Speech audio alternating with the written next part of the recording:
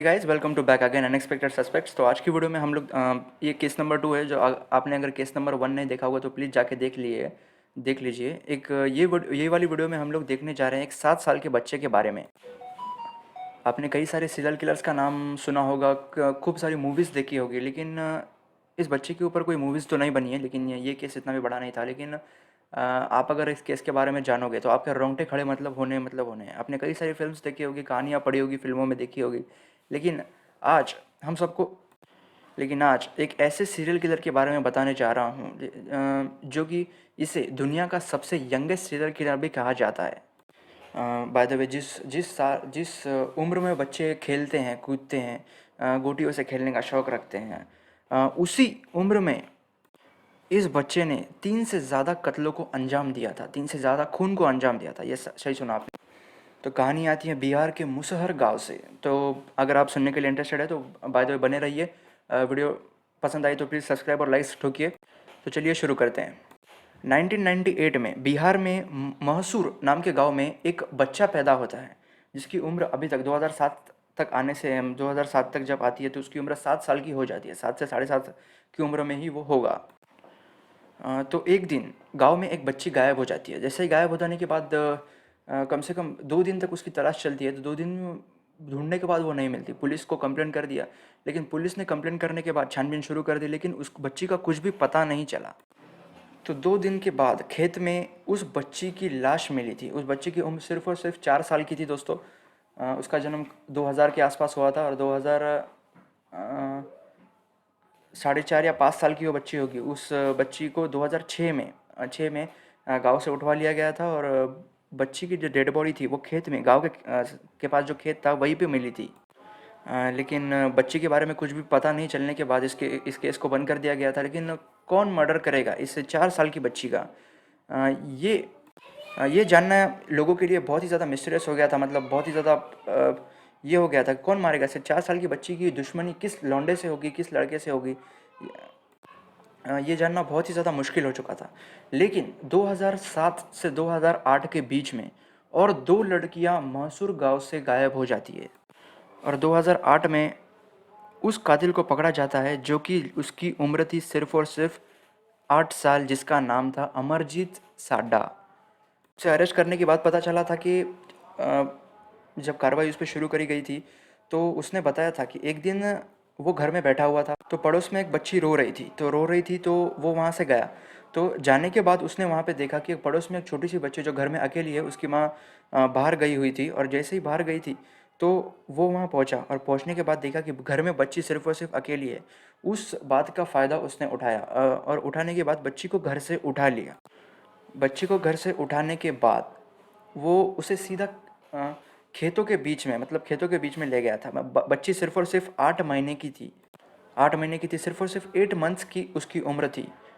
अमरजीत ने उस बच्ची को खेत में ले जाने के बाद उसके मुंह पे ईंट से कम 16 से 17 बार मारने के बाद, मतलब पूरा का पूरा ब्लड स्प्रेड हो चुका था। पूरे के पूरे मतलब जितना भी इसका इन्वायरमेंट था वो पूरा पूरा खून से ये हो गया था। और जब उसे पता चला कि इस बच्ची की मौत हो चुकी है, मतलब वो बच्ची मर चुकी है, उसके बाद उसने वहीं पे कम से कम 3 से 4 फुट का गड्ढा खोद के वहीं पे उसे डाल दिया।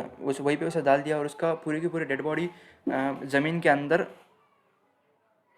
जाने के बाद वो घर आ गया। फिर घर आने के बाद उसने उसके कम से कम 2 महीने बाद जब उसको पकड़ा गया तो पकड़ उसका 2 महीने के बाद जब वो घर आया, 2 महीने तक उसने कभी भी, मतलब इस 2 महीने में उसने एक भी मर्डर को अंजाम नहीं दिया था। लेकिन इससे पहले जो भी गांव में 2 मर्डर हो चुके थे उसने वहीं किया था। लेकिन किस आदमी को पता चलने वाला है कि अब 7 साल के बच्चे ने गांव में 2 लड़कियों का खून किया होगा, 2 लड़कियों के खून को अंजाम दिया होगा।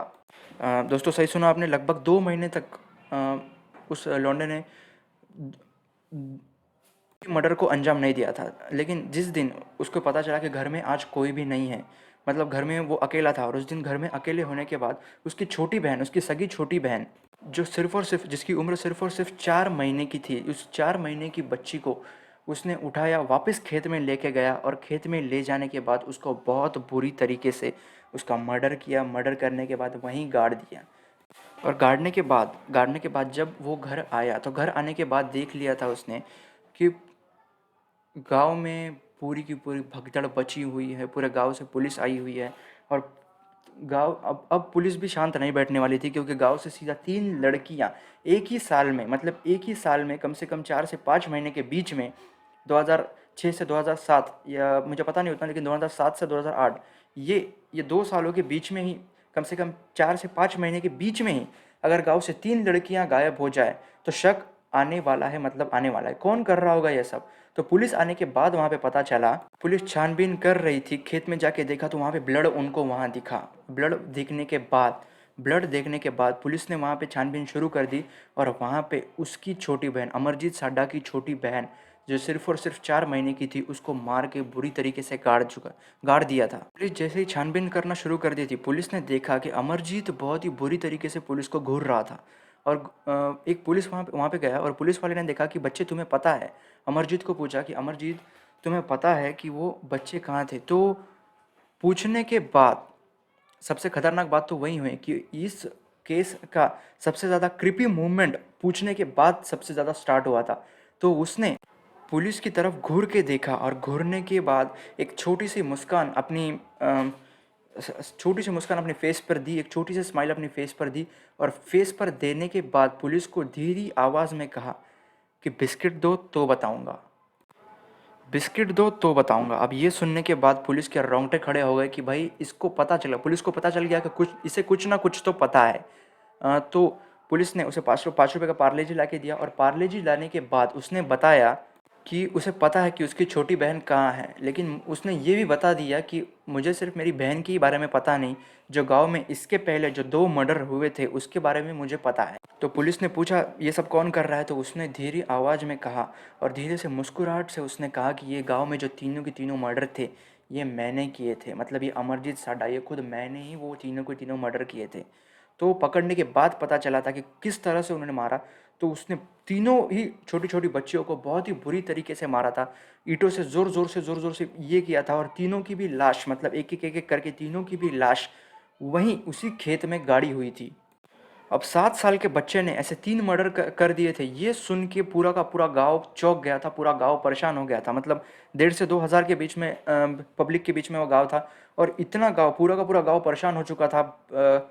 मतलब गांव गांव वाले ये बात सुनकर हजम नहीं कर पाए कि एक 7 साल का बच्चा जो कि 3 लौंडियों का मर्डर कर चुका है, तीन लड़कियों को, 3 बेचारी बेबी गर्ल्स को वो मार चुका है। ये सुनने के बाद गांव पूरा चौंक गया था। तो 2007 में उसे अरेस्ट कर दिया गया, 2008 में या 2007 में, मुझे इतना नहीं पता, सॉरी, लेकिन 2007 या 2008 में उसे अरेस्ट कर लिया गया था। और अरेस्ट करने के बाद उसे 1.5 से 2 साल डॉक्टर्स के पास रखा गया था, पेशेंट्स के मतलब उसे पेशेंट बनाकर रखा गया था। बाद में इसके पता चला कि ये सीरियल किलर है, इसका माइंडसेट ही कुछ ऐसा है कि इसे लोगों को मारने में मज़ा आता है, लोगों को बुरी तरीके से तड़पाने में मज़ा आता है। और अगर इसे बहुत जल्दी नहीं पकड़ा जाता तो कम से कम और डेड बॉडीज़ हमें उस गांव में देखने को मिलती। मतलब क्या ही रहम करेगा वो लौंडा जिसने अपनी सगी 4 साल की बहन को मार दिया था। तो 1.5 साल बाद में इलाज चलने के बाद उसका माइंडसेट जो था वो ठीक हो गया था। और आज अमरजीत जेल में सज़ा काटने के बाद और माइंडसेट अच्छा होने के बाद बिहार में ही एक अलग नाम से अपनी ज़िंदगी अच्छे से जी रहा है, एक नॉर्मल पीपल की तरह। सो आई होप गाइस कि आपको वीडियो पसंद आया होगा। पसंद आएगा तो लाइक, कमेंट्स एंड शेयर कीजिए।